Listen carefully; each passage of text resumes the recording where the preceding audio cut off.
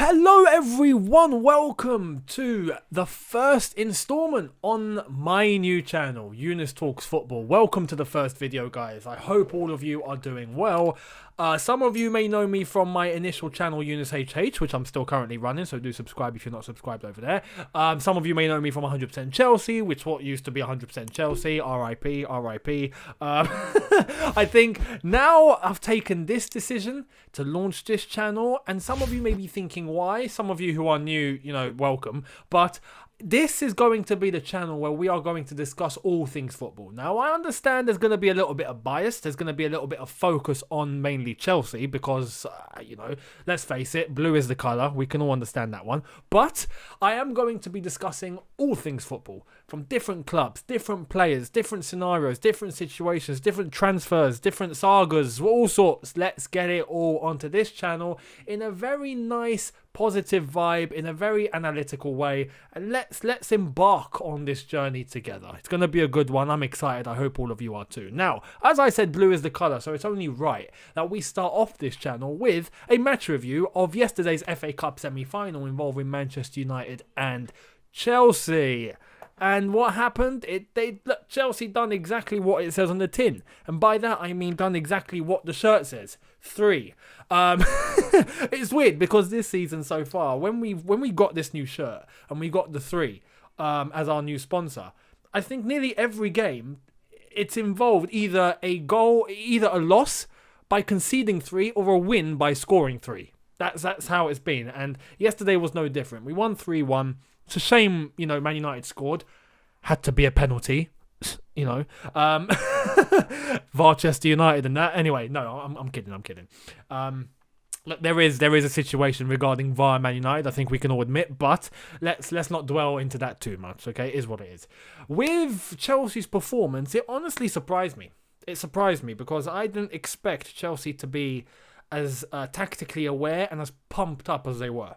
I saw this game from before the game. I was looking at this and thinking there's no way. I think Man United are going to win this. Man United have been running with amazing form.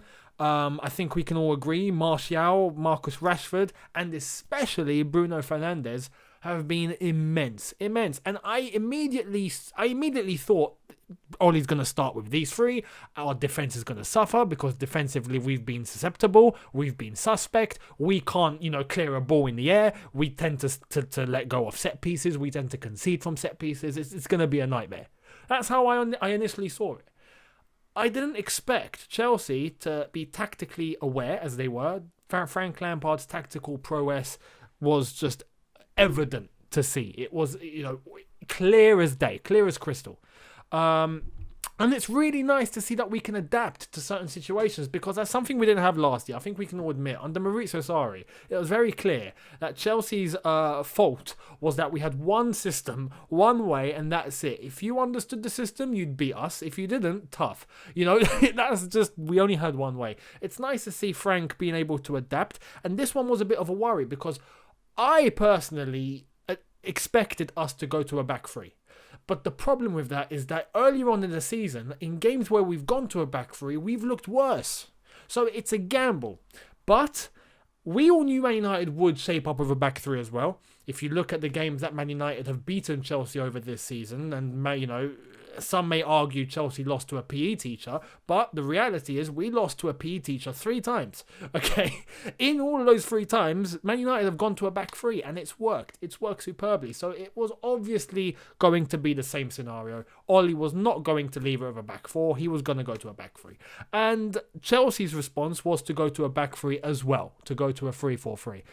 It's risky, but on the day, I think it was clear to see that was probably the best way to take it. And my God, did Chelsea take control of the game. We absolutely took control from minute 1. And at times when Man United looked like they were dominating, Chelsea were defensively superb, very nicely organised in order to be able to receive Man United attacks and to deal with it and to launch counters immediately. And Chelsea just had so much pace and energy. I don't know where this was. Where has this been? Yesterday we were superb, and from some players that I didn't expect to be superb. Let's run it down. Firstly, let's start off with Man United's goalkeeper, who I believe was on Chelsea's payroll yesterday. Let's be honest, right? But David De Gea looked like he was just wearing blue underneath.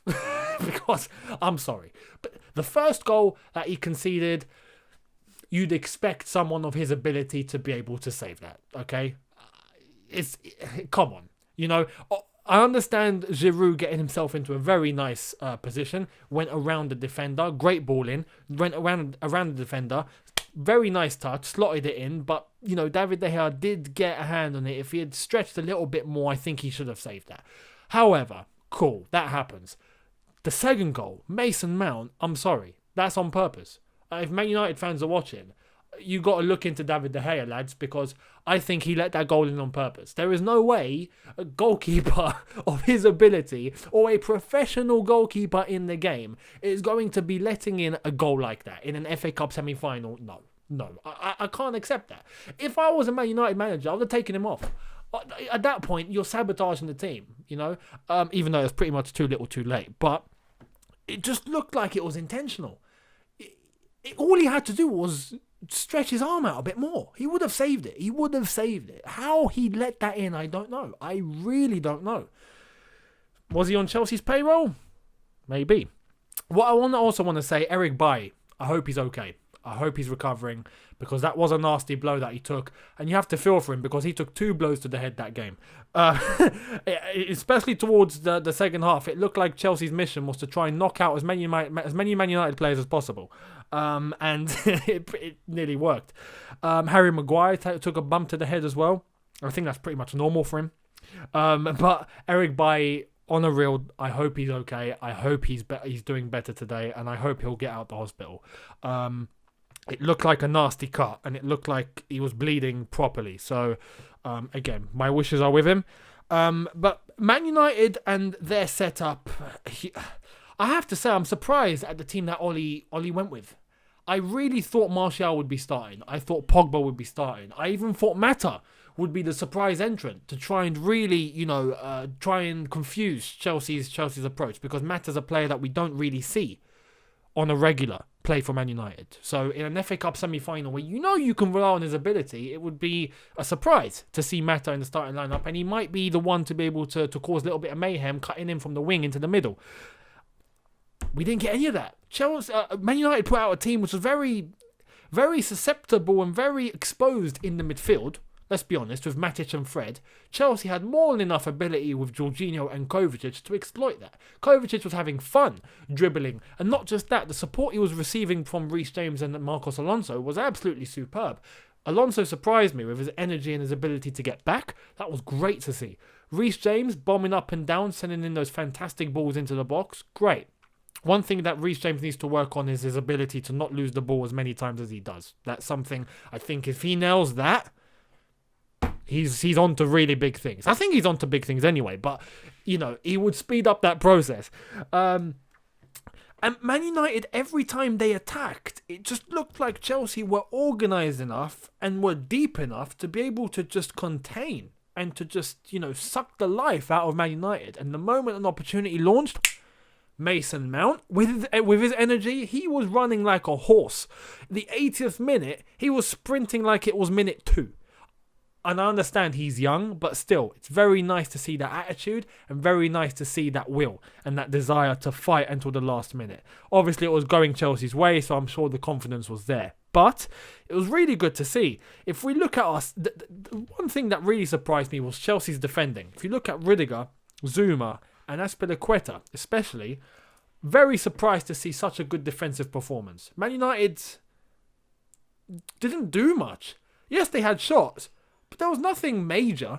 There wasn't anything where, you'd look at the team and go, oh my God, I'm shaking. Man United are about to score. We didn't see any of that. Chelsea had it under control. And if we look and talk about under control, I want to put 2 players into the equation here. Willian, who I don't understand why starts to play like Ronaldinho at the time of every single contract negotiation. The moment he gets a contract done, he turns to rubbish. What is this? Willian, are you alright, mate? You might as well just play with a pen and paper in your pocket every single week. You might actually turn into Ronaldinho. It's great to see. And alongside that, Olivier Giroud. Olivier Giroud has proven why. Right now, he's Chelsea's number one striker. And there's nothing Tammy Abraham can do unless he steps up his game. You know, Ollie is doing brilliant. Gets himself into the right position. He's fantastic in the air. He knows how to poach. He links up really well. His hold-up play is absolutely second to none, and he's getting more confident each week and each game. Because right now, with COVID, we're playing games every 3 days. Every game, he's looking more and more able. Fantastic to see. It's absolutely brilliant to see.